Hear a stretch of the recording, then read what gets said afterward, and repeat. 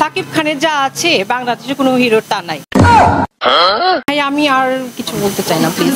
নিজেকে শাবনূর হিসেবে মনে করতাম যে ওনার অঙ্গি ভঙ্গি গাছে উঠতাম, তারপর হচ্ছে খেলাধুলা করতাম এইটা। আমি এবার 2023-এর সুপার মডেলের উইনার, সেকেন্ড রানার আপ।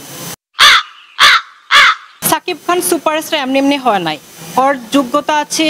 ও চাইলে বাংলাদেশের ভালো ভালো নায়িকাদের সাথে কাজ করতে পারে, কিন্তু ও দেখেছেন ভালো নায়িকাদের ছাড়া কাজ করে না। ও যাদের যোগ্যতা আছে, ট্যালেন্ট আছে, তাদেরকে নিয়ে কাজ করে। তো মিষ্টি জান্নাত কেন?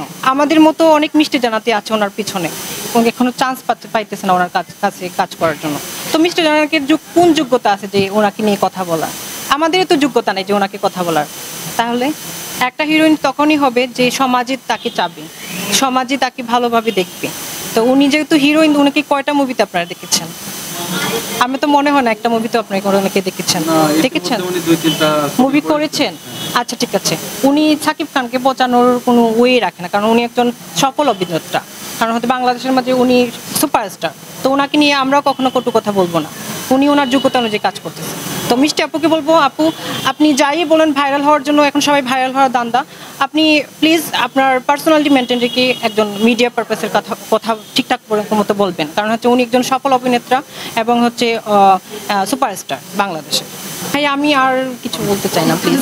সাকিব খানের যা আছে বাংলাদেশে কোনো হিরোর তা নাই, কারণ হচ্ছে উনি সেই যুগ থেকে কাজ করে আসতেছে। তো এটা মাথায় রাখতে হবে সবার, ঠিক আছে? কাউকে মন্তব্য করতে হলে তার পিছনের জায়গাটা দেখতে হবে যে সে কি ছিল বা কি করে এখানে আসছে। সাকিব খানের এখানে কোনো হাত নাই। এটা হচ্ছে এখানে মিডিয়াতে যারা কাজ করে হচ্ছে ডিরেক্টর। আমি বলবো যে ডিরেক্টরকে আপনারা কি কোয়েকশনটা করেন। ডিরেক্টর হচ্ছে একটা মুভি যখন করে, প্রডিউসার ডিরেক্টর নিয়ে ওরাই হচ্ছে এই কাজটা করে, কিন্তু সাকিব খানের এখানে কোনো হাত নাই।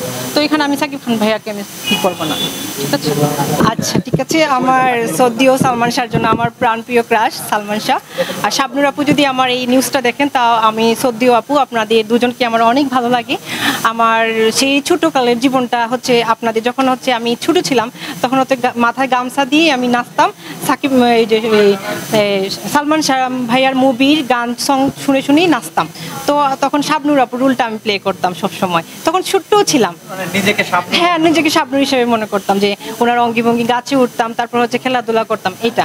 তো শাবনূর আপুর আর সালমান শাহ ভাইয়ার একটা গান আমার খুব ভালো লাগে, তো ওইটাই বলতেছি। তুমি আমার এমনই একজন, যারি এক জনমে ভালোবেসে ভরবে না এই মন। এক জনমের ভালোবাসা, এক জনমের কাছে আসা, একটি চোখের পলক পড়তে লাগে যতক্ষণ। তুমি আমার এমনই একজন, যারে এক জনমে ভালোবেসে ভরবে না এই মন। ধন্যবাদ সবাইকে। আমি এবার 2023-এর সুপার মডেলের উইনার, সেকেন্ড রানার আপ।